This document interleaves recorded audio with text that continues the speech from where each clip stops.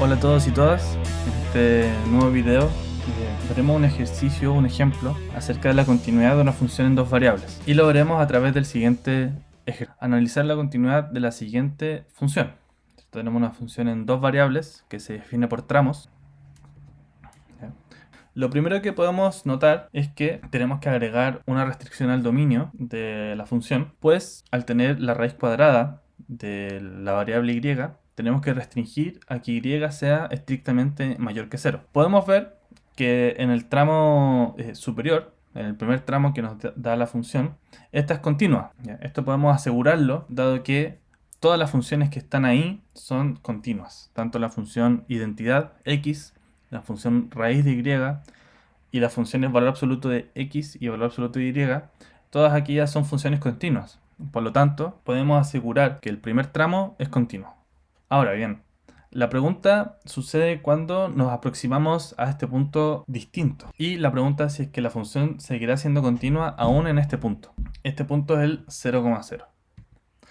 Para esto tendremos que recordar cuál es la definición de la continuidad para una función de dos variables, la cual es la siguiente, que el límite cuando la coordenada x, y tiende a la coordenada 0,0 de la función es igual a la función evaluada en el punto en cuestión, ¿cierto? Este punto podría ser el 0,0, como bien podría ser cualquier otro. Por lo tanto, como sabemos que la función en el punto 0,0 su valor es 0, lo único que necesitamos asegurar es que el límite de la función cuando la coordenada tiende a 0,0 sea igual a 0. Ok, primero podemos recordar un principio, que si es que existe el límite, entonces por todos sus caminos el límite será el mismo. Vamos a ver, por ejemplo, podemos ir por estos dos caminos. Primero hacer el límite por x y después por y, o primero por y después por x. Vamos a calcular el primer límite. Primero aplicamos cuando y tiende a 0. Podemos aplicarlo directamente. Nos da que tanto raíz de y es 0 como el valor absoluto de y también es 0.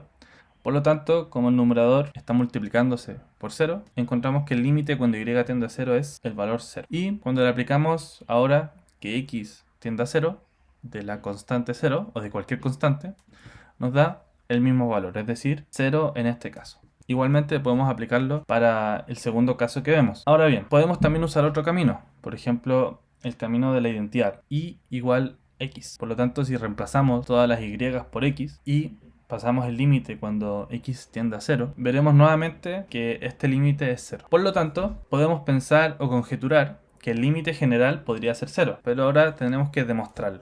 Para esto vamos a usar el acotamiento. Primero que todo, vamos a aplicar el valor absoluto a nuestra función.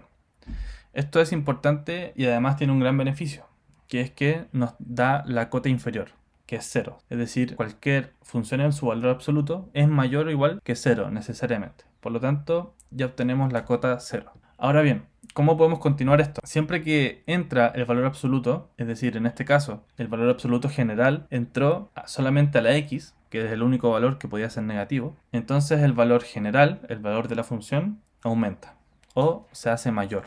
Por lo tanto, obtenemos la siguiente desigualdad. Luego de esto, podemos acotarlo nuevamente. Lo que sucedió en este segundo paso fue que se extrajo el valor absoluto de y que estaba en el denominador. Esto es porque si le quito algo positivo al denominador, la fracción se hace mayor. O en otras palabras, mientras la fracción se hace más pequeña, el valor general de la fracción se va haciendo mayor. Por lo tanto, es una cota. Y finalmente, si es que simplificamos el valor absoluto de x, nos queda simplemente la raíz de y. Por lo tanto, tenemos las siguientes cotas del valor absoluto de nuestra función. Lo que hacemos entonces, que es lo que siempre se hace cuando encontramos las cotas, es pasar el límite que necesitamos. Es decir, el límite cuando la coordenada tiende a 0,0, que es el límite que nos interesa. Ahora, la gracia de estas cotas es que rápidamente podemos ver que tanto la cota inferior como la cota superior, o bien los extremos de la desigualdad, tienden a 0. Por lo tanto, se puede asegurar que aquello que está dentro de ese intervalo también debe tender a 0.